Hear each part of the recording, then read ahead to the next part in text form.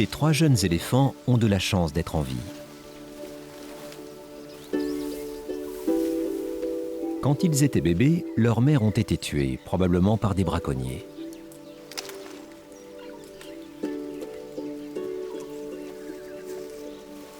Si les petits n'avaient pas été récupérés, ils auraient péri.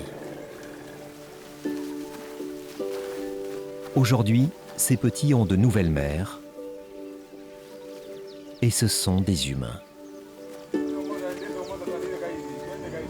Ces éléphants et leurs soigneurs ont développé une profonde compréhension mutuelle. Les petits devront apprendre toutes les leçons de vie de leurs parents de substitution pour espérer retourner à l'état sauvage.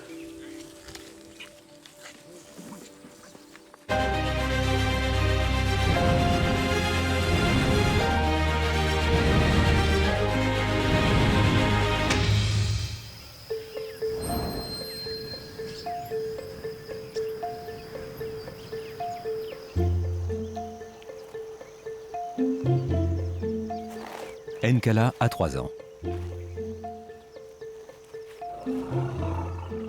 Il est joueur et toujours curieux.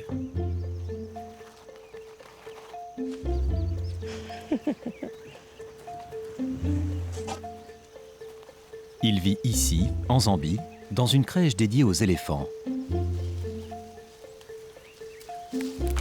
avec 2 autres petits nommés Moussololé et Zambézi.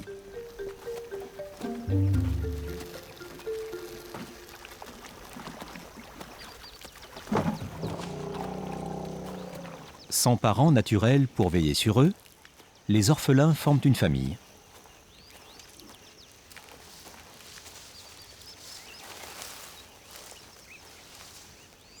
Comme tous les enfants, ils aiment jouer et se mettent tout seuls dans les ennuis.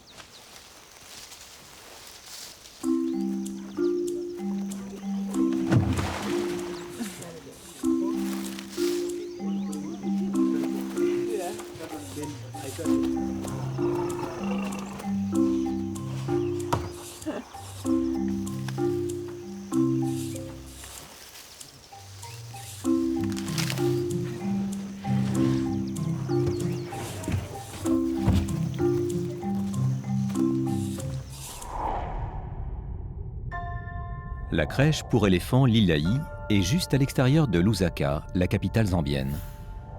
C'est l'un des rares orphelinats pour éléphants en Afrique.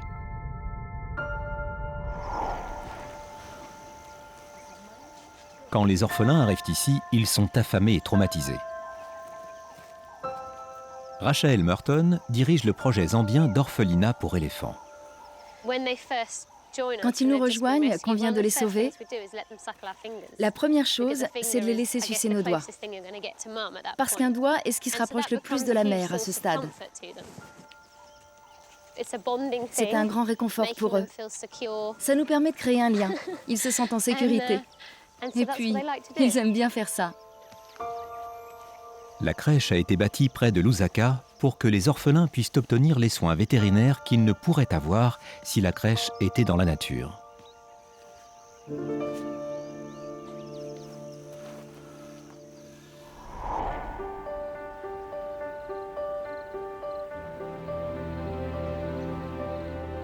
Les 3 orphelins viennent de la brousse zambienne.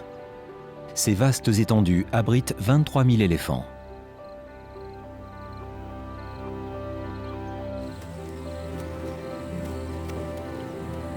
C'est aussi le bastion de certaines grandes espèces animales africaines.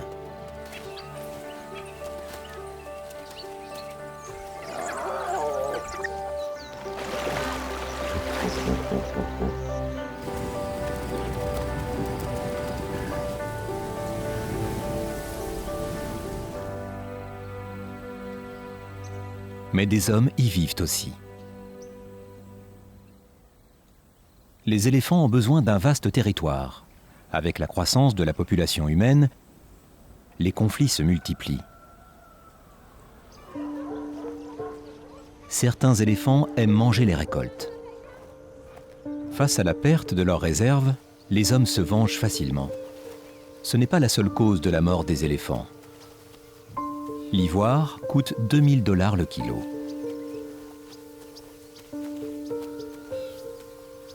Mais le braconnier n'est pas assez payé pour gâcher une balle pour tuer un petit.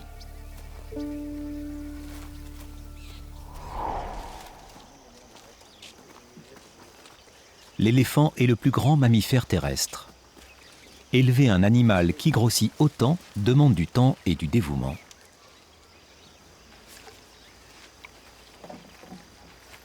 Les orphelins reçoivent un biberon toutes les 3 heures, jour et nuit.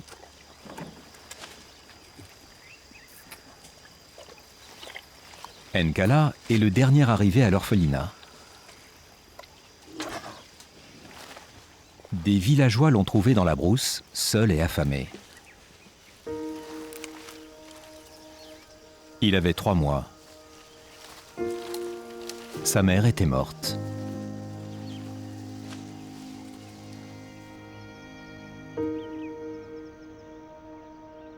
Les éléphantaux effrayés sont des animaux sauvages qui doivent souvent être endormis pour être mis à l'abri.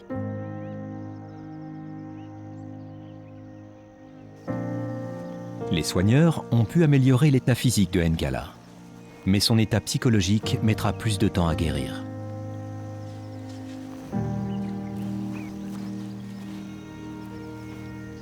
Pendant 1 mois, Nkala était déprimé, ne s'intéressant à rien autour de lui.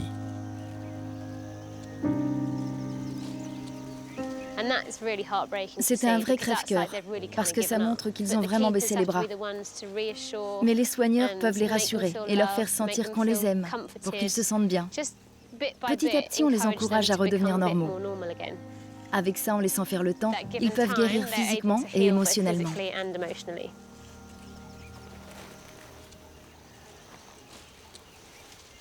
Nkala remonte peu à peu la pente. Il devient de plus en plus actif et joueur.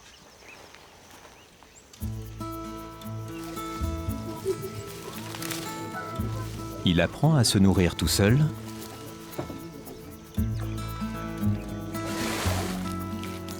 et à prendre un bain.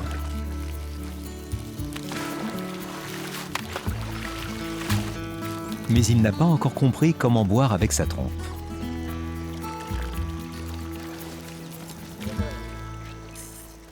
Sans sa mère pour lui montrer, pour le moment, il met toute sa tête dans l'eau.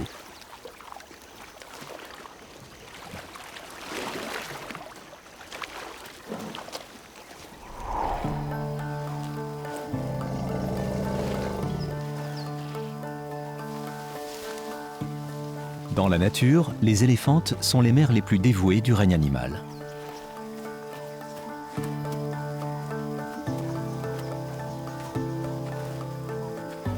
Ce petit n'a que quelques mois.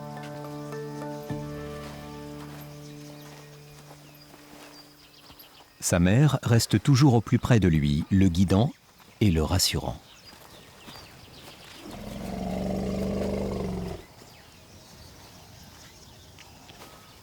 Les éléphants ont la plus longue gestation de tous les mammifères. Sa mère porte son bébé pendant 22 mois. Son dévouement à son petit est énorme. Son bébé dépendra de son lait pendant les 4 prochaines années.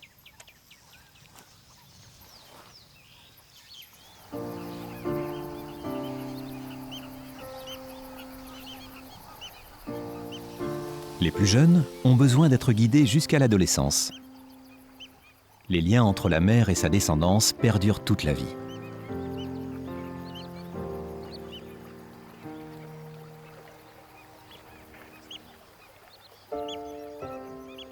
Des expériences ont montré que les éléphants peuvent reconnaître l'odeur de leur mère, même après 30 ans de séparation.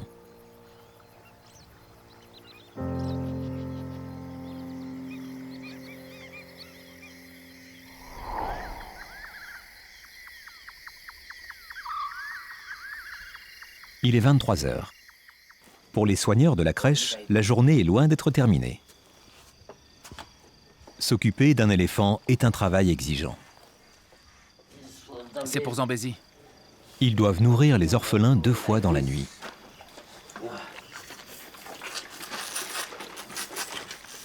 Les jeunes orphelins ont besoin que leur mère les rassure constamment. Ok. Mange.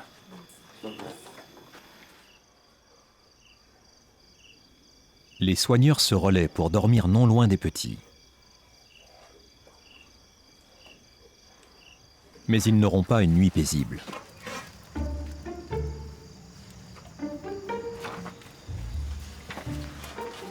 Comme tous les enfants, les éléphantaux ne restent pas en place. Il y a trop à faire.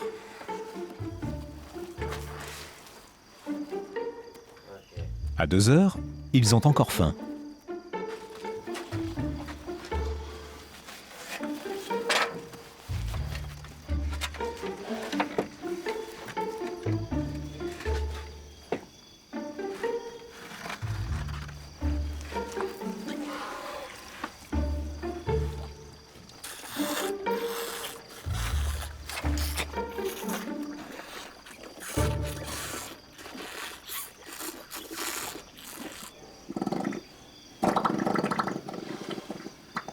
Personne ne pourra dormir tant qu'ils n'auront pas un peu baissé la pression.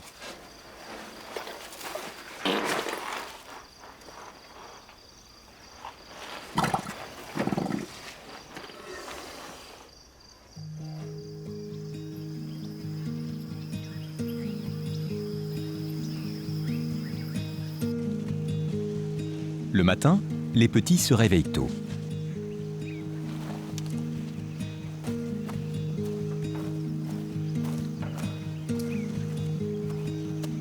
Une nouvelle équipe arrive. Elle laisse Nkala, Mousso et Bézi dehors, face au vaste monde.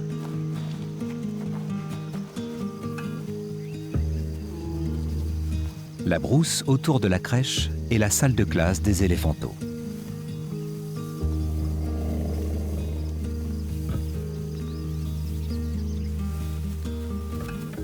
Ici, ils apprennent à trouver de bonnes sources de nourriture. Et ils s'habituent aux autres animaux qu'ils croisent.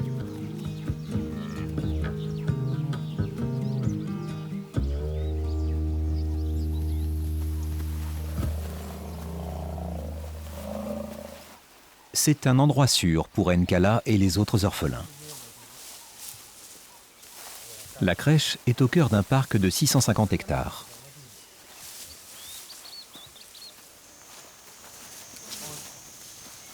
Elle est entièrement clôturée pour se protéger des braconniers.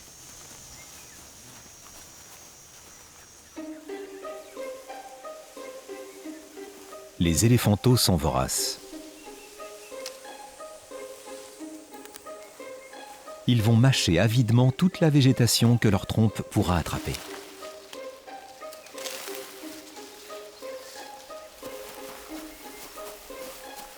Les soigneurs les guident vers la meilleure nourriture.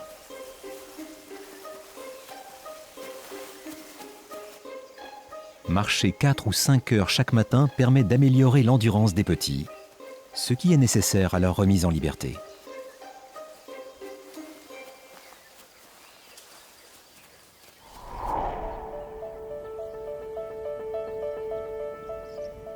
Dans la nature, les éléphants marchent longtemps pour trouver de la nourriture.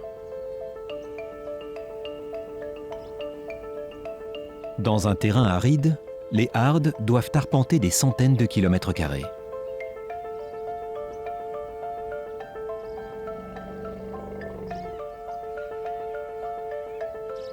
Porter leur masse sur de telles distances demande de l'endurance.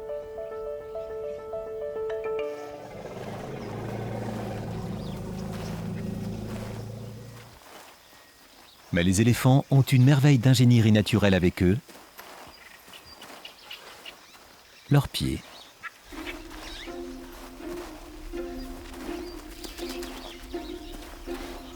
Ils marchent en réalité sur la pointe des pieds. Ils ont aussi un absorbeur de choc sous leurs talons.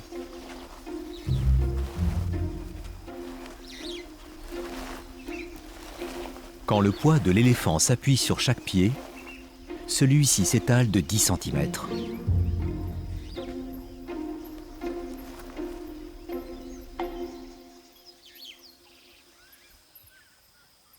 L'alternance de compression et de détente aide à pomper le sang vers le cœur.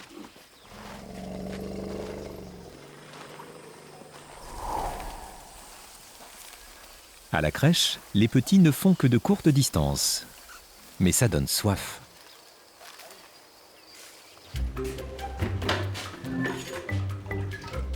Milieu de matinée, c'est le tour d'Elvis de préparer les biberons.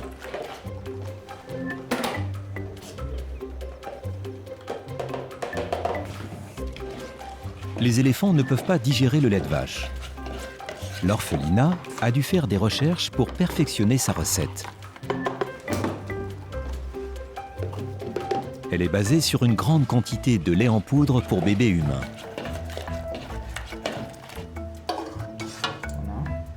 Chacun a son propre mélange pour répondre à ses besoins spécifiques.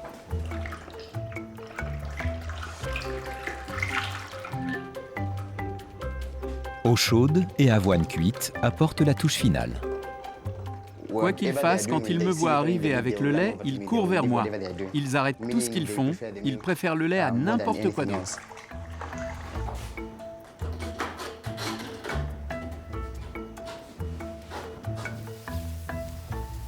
La petite Harde se promène encore quelque part dans la réserve. J'ai fini de préparer le lait, tu peux y aller, terminé.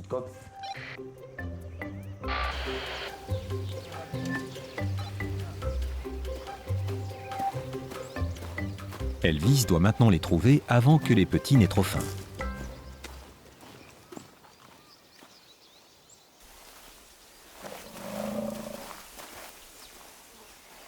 Moussololé a presque 5 ans. C'est le plus vieux de tout l'orphelinat. Il avait moins de 6 mois quand sa mère a été une victime de plus des braconniers.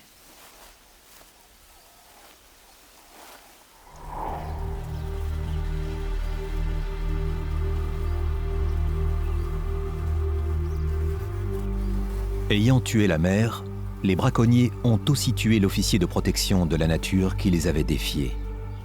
Moussololé a été baptisé en hommage à cet homme.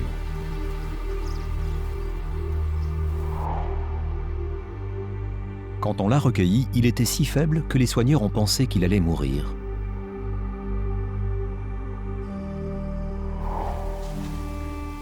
Mais il s'est battu. Et après 4 ans de soins constants, c'est devenu un éléphant incroyablement sociable.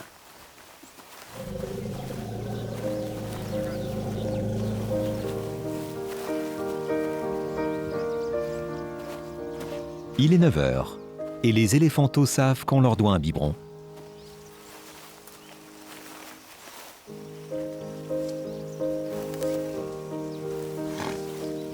Le petit Nkala ne peut pas attendre. Moussololé le laisse téter son oreille.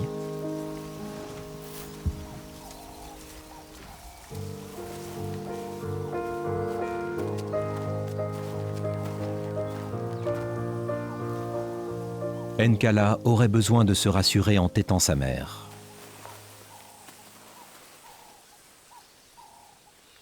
Enfin, l'oreille de Moussololé obtient un répit. Les biberons sont arrivés.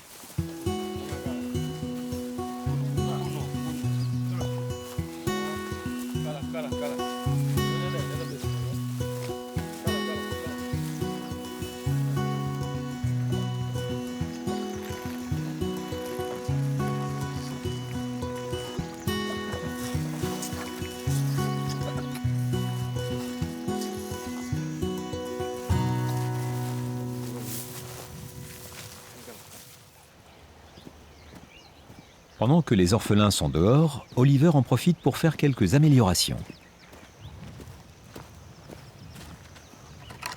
Il déplace les troncs et les branches dans une autre disposition.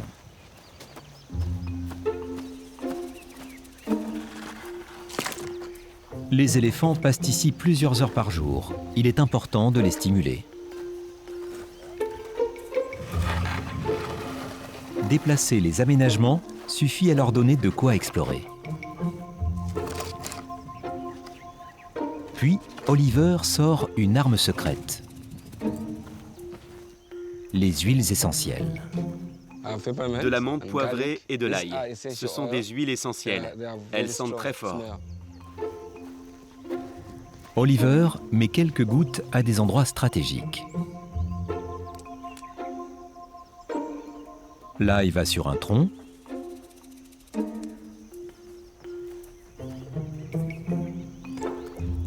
et la menthe poivrée parfume l'eau.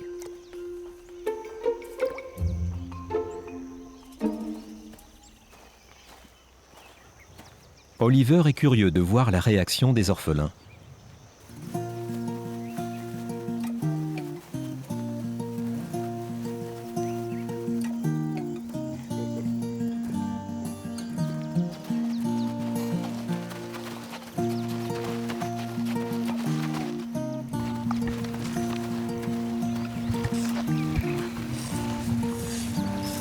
La priorité des éléphants, c'est d'avoir leur lait.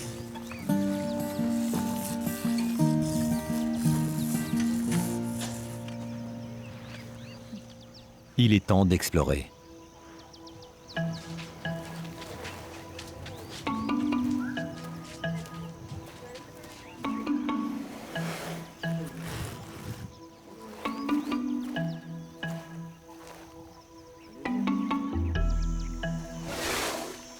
Nkala a trouvé le baril avec la menthe poivrée. L'huile essentielle a plusieurs avantages. La menthe poivrée aide à la digestion.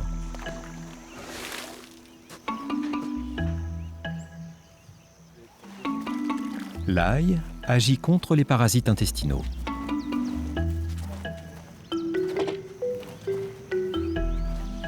Oliver a ces deux odeurs sur lui.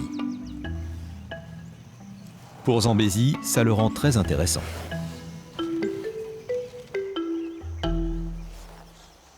Il sent l'ail. Ouais. Il n'y a rien ici, Zambézy.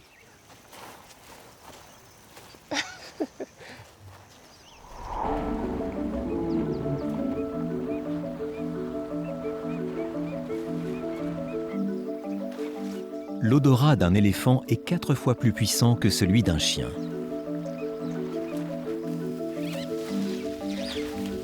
Il a un organe olfactif en plus dans son palais.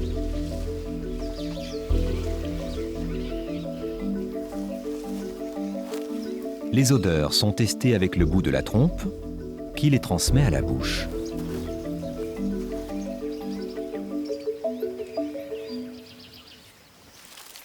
Le nez unique de l'éléphant est utile pour bien d'autres choses que les odeurs.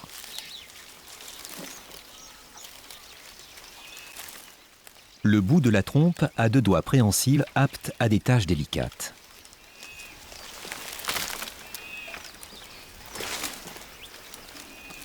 La trompe est en réalité la fusion entre le nez et la lèvre supérieure.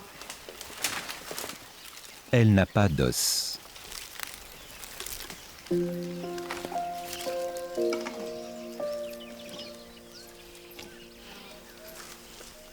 40 000 muscles répartis dans toute la trompe lui permettent des mouvements très précis.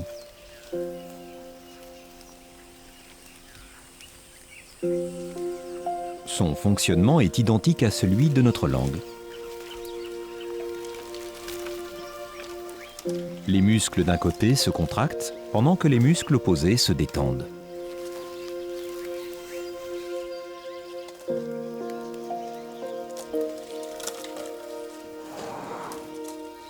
La trompe de cet éléphant est encore faible et non coordonnée. Elle va devoir gagner en habileté grâce à la pratique.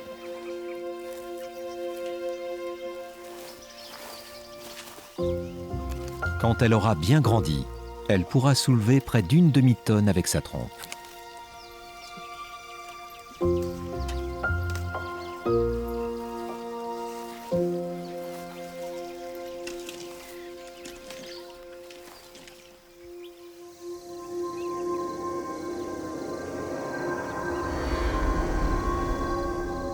Quand le soleil africain est à son zénith, la température atteint 40 degrés.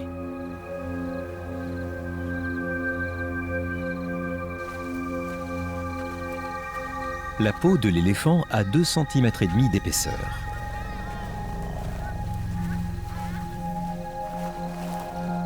Elle est pourtant étonnamment sensible.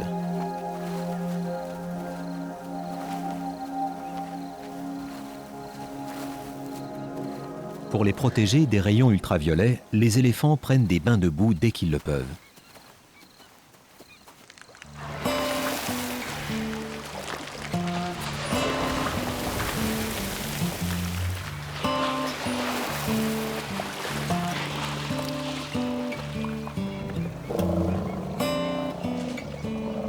C'est un autre des usages de la trompe.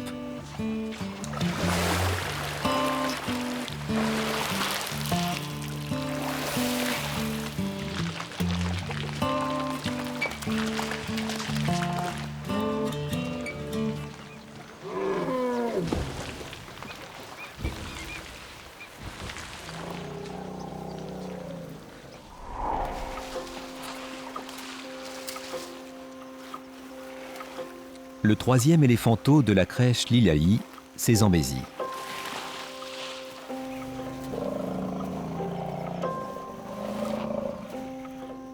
L'équipe d'un établissement près de la rivière a eu la surprise de trouver un invité barbotant dans la piscine. Zambézy était tombé dedans en essayant désespérément de boire.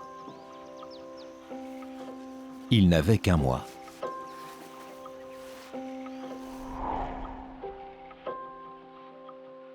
Aucun signe de sa mère. L'orphelinat est intervenu pour le sauver.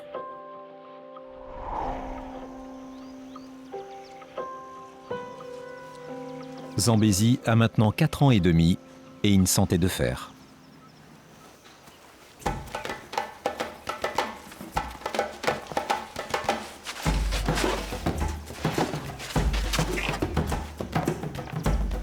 Il aime s'amuser à se battre contre Moussololé.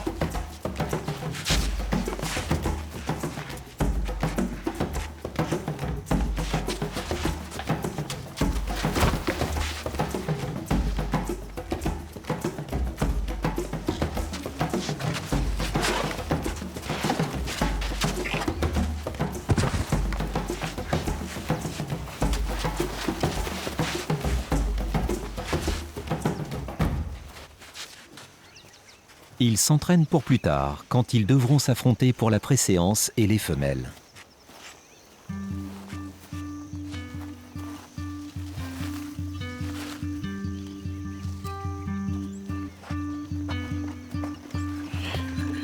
Dans la crèche, la santé des petits orphelins est contrôlée chaque mois.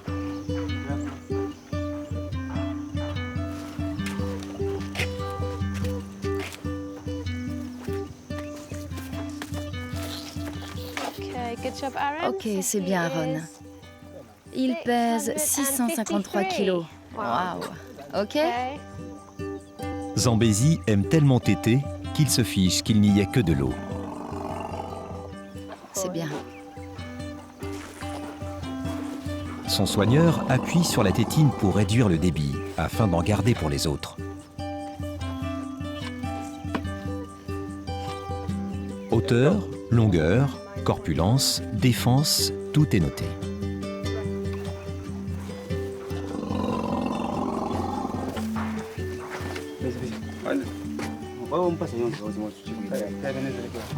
« 200 cm de corpulence. » Ok. Circonférence 10 cm. 10.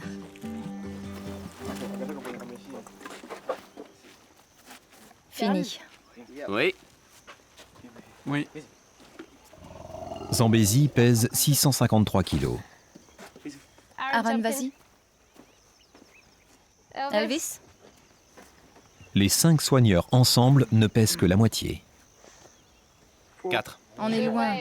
Attends, on est à combien? 338 kilos. On est à la moitié. 338. On fait la moitié de Zambézy. Un demi-Zambézy. Zambézy et Moussololé font de bons progrès. Dans quelques mois, ils seront prêts pour la grande école.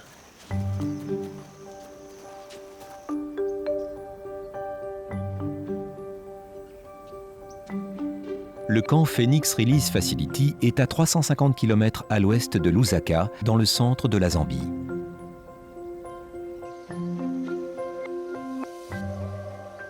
Les éléphants orphelins sont transférés là pour préparer leur réintroduction dans la nature.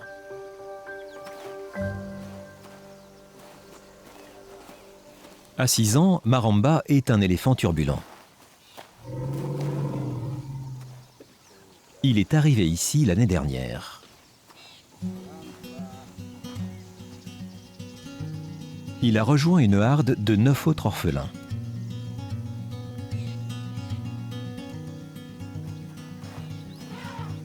Maramba apprend à se débrouiller par lui-même,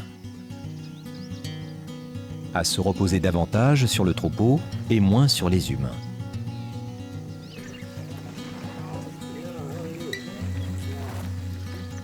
Avec les autres nouveaux venus, il a été sevré.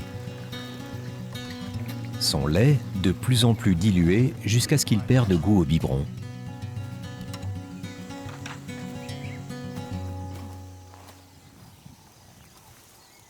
Avec sa nouvelle famille, Maramba fait de plus longues marches.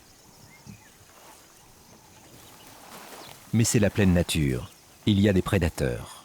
Un garde suit la jeune harde.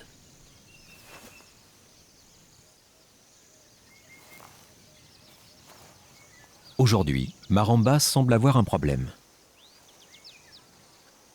Il recherche l'attention de ses gardes et paraît maigre.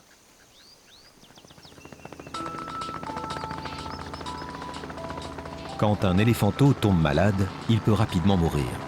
Le vétérinaire se dépêche. Le docteur Ian Parsons est spécialiste de la vie sauvage. On va en avoir besoin. Il injecte un léger sédatif à Maramba.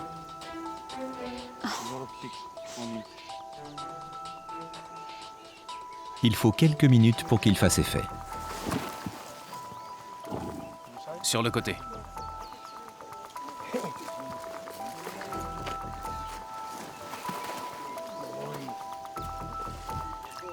L'équipe travaille rapidement pour que Maramba n'ait pas trop chaud.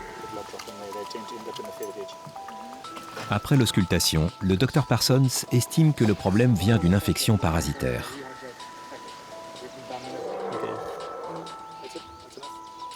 Il prélève un échantillon sanguin dans l'oreille de Maramba. Ok, cette plaque c'est bon. On en fait une autre. Puis il lui fait une injection pour le réveiller.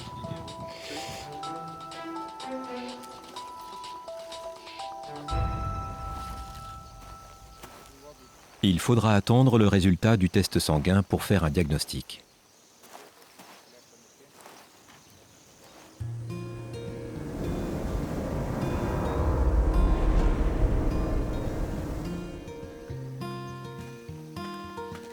Les résultats sont arrivés.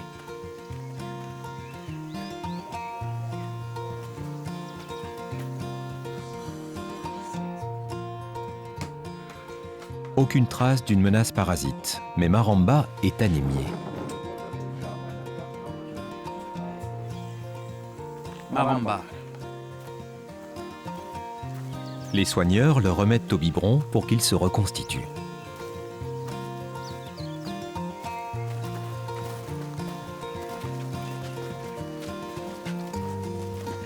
Allez.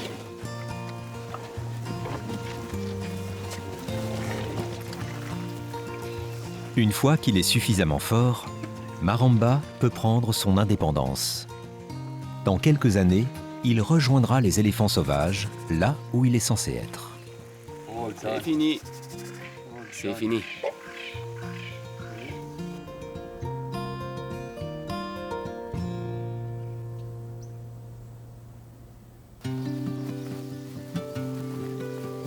« 350 km plus loin, de retour à la crèche, c'est l'après-midi.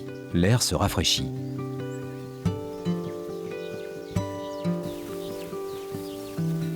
Les orphelins entament leur promenade habituelle.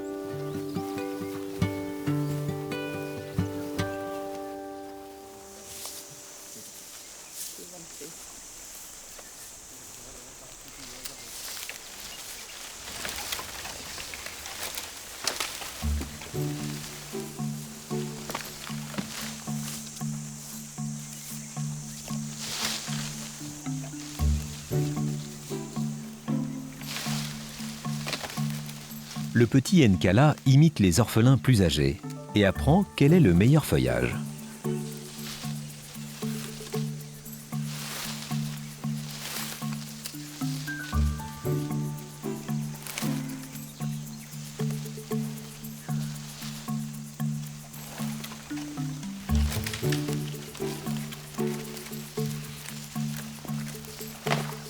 Ils arrachent des branches et poussent les troncs.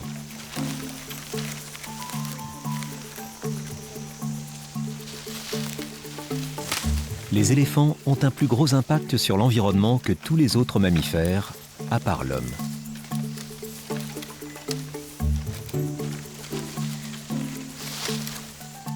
Avec le temps, les éléphants peuvent causer de gros dégâts aux forêts. Mais leur piétinement rend aussi la forêt plus accessible pour les autres animaux.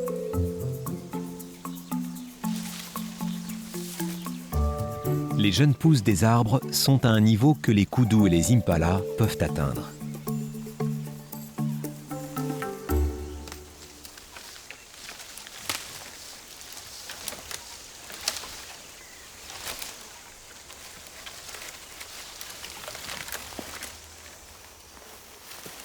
Face à leurs assauts furieux, les arbres se sont adaptés pour se protéger.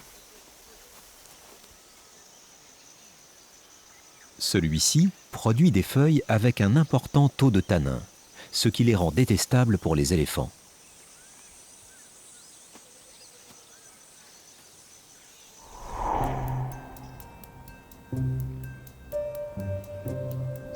Dans la nature, les éléphants mangent 18 heures par jour.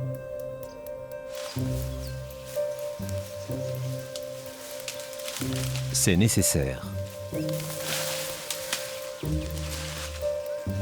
Ils ne digèrent que la moitié de ce qu'ils mangent.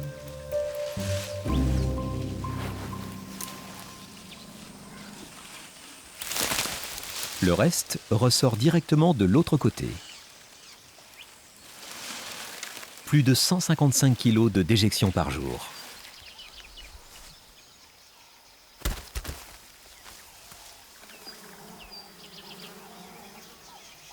Les boules fibreuses qu'ils produisent montrent à quel point leur digestion est imparfaite. C'est une bonne nouvelle pour les babouins.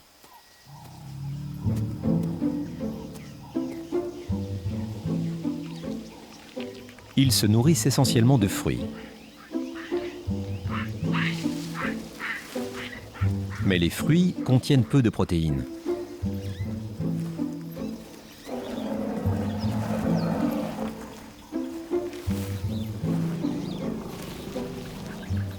Les insectes attirés par les déjections d'éléphants sont un vrai festin.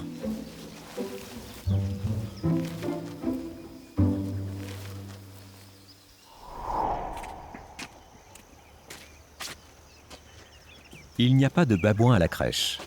Toutes ces déjections donnent du travail.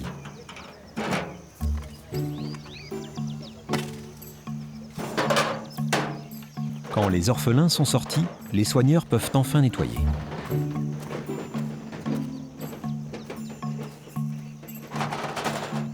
Comme les humains, les éléphants ont chacun une personnalité. Il y a des différences notables entre leurs stalles. Les deux orphelins les plus âgés sont ordonnés. Il y a peu de nourriture chez Moussololé et Zambézi. Et ils font leurs besoins près de la porte.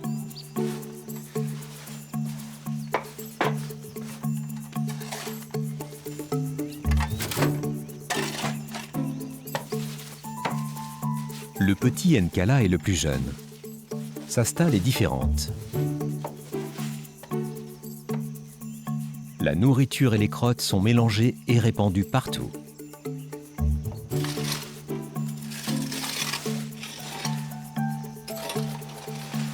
Il doit encore apprendre.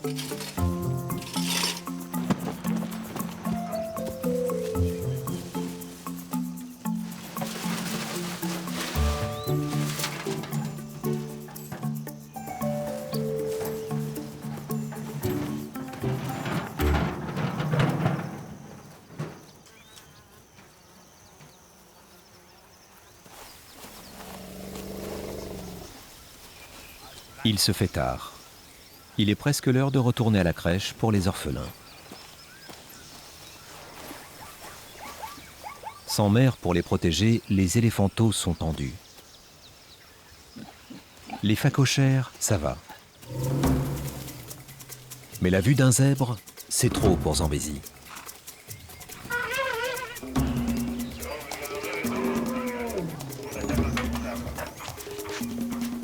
Sans attendre les autres, il rentre à la maison.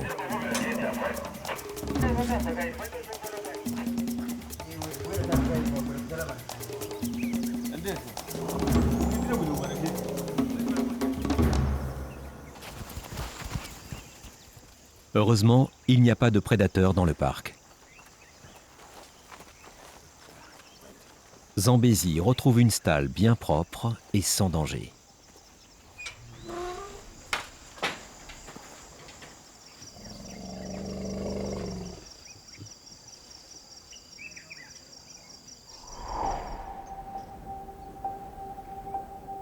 Dans la nature, un éléphanteau isolé attire l'attention.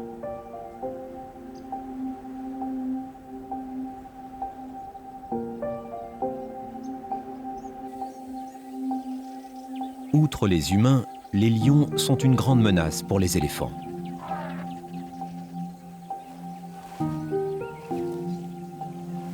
Ce petit ferait un festin pour toute une troupe.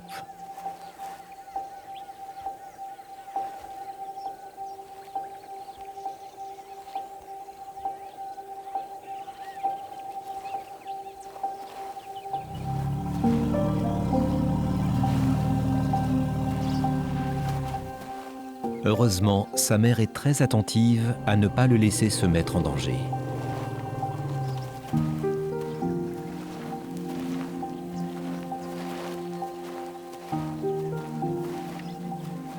Les éléphantaux sont en danger jusqu'à ce qu'ils aient 4 ans.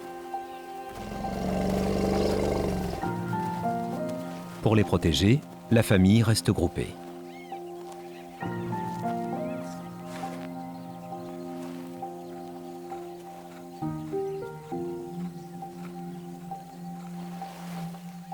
Un front uni de trompe et de défense suffit à intimider.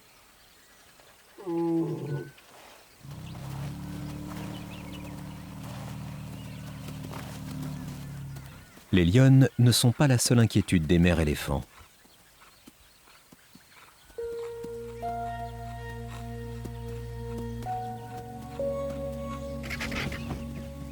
Les lions mâles peuvent être moitié plus gros que les femelles.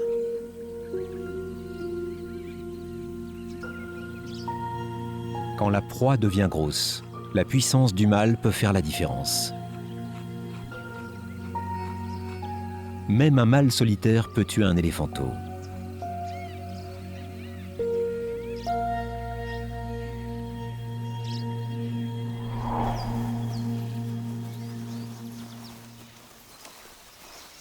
À la crèche Lilaï, les plus jeunes orphelins ont beaucoup à apprendre avant de pouvoir être relâchés.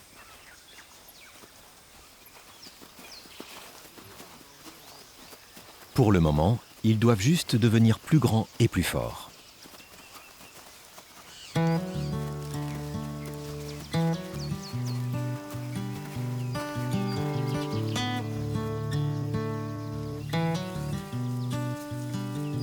La nouvelle journée promet d'être chaude. Les soigneurs ont une surprise pour les éléphantaux.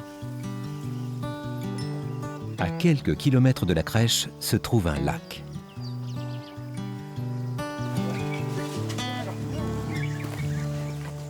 L'endroit idéal pour un pique-nique.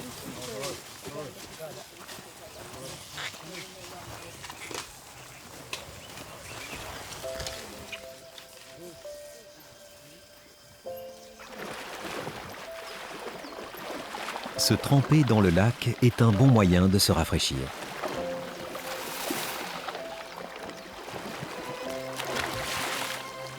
Sous le regard dévoué de leurs soigneurs, les orphelins ont échappé à la mort et leur avenir paraît souriant.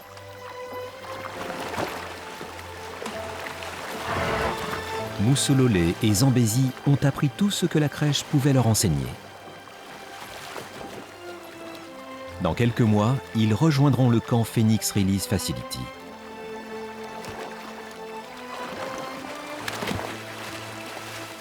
Puis, Nkala deviendra le grand frère de tous les petits orphelins rescapés de la brousse. Il aidera à préparer leur retour à l'état sauvage.